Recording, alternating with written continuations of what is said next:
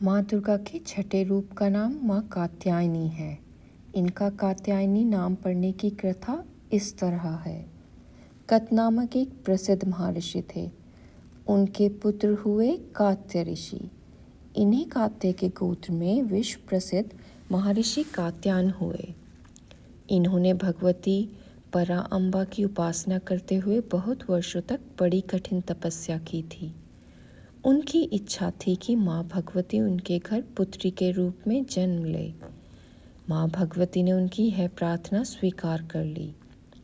कुछ समय पश्चात जब दानव महिषासुर का अत्याचार पृथ्वी पर बहुत बढ़ गया, तब भगवान ब्रह्मा, विष्णु और महेश तीनों ने अपने अपने तेज का कुछ अंश देकर महिषासुर के विनाश के लिए एक देवी को उत्पन्न किया। महर्षि कात्यायन ने सबसे पहले इनकी पूजा की। इसी कारण से यह देवी कात्यायनी कहलाई।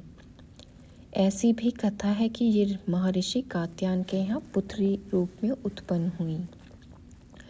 अश्विन कृष्ण चतुर्दशी को जन्म लेकर शुक्ल सप्तमी, अष्टमी तथा नवमी तक 3 दिन इन्होंने कात्यायन ऋषि की पूजा ग्रहण कर दशमी को महिषासुर दानव का वध किया था। माँ कात्यायनी अमोघ फल देने वाली हैं। भगवान कृष्ण को प्रति रूप में पाने के लिए व्रज की गोपियों ने इन्हीं की पूजा कालिंदी यमुना के तट पर की थी। ये व्रजमंडल की अधिष्ठात्री देवी के रूप में प्रतिष्ठित हैं। इनका स्वरूप अत्यंत ही दिव्य है। इनका वर्ण सोने के समान चमकीला और भास्वर है। इनकी 4 भुजाएं हैं।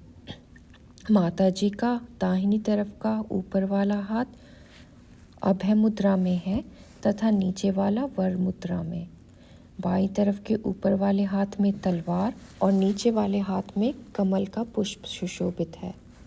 इनका वाहन शेर है। दुर्गा पूजा के छठे दिन इनके स्वरूप की उपासना की जाती है। उस दिन साधक का मन आज्ञा चक्र में स्थित होता है।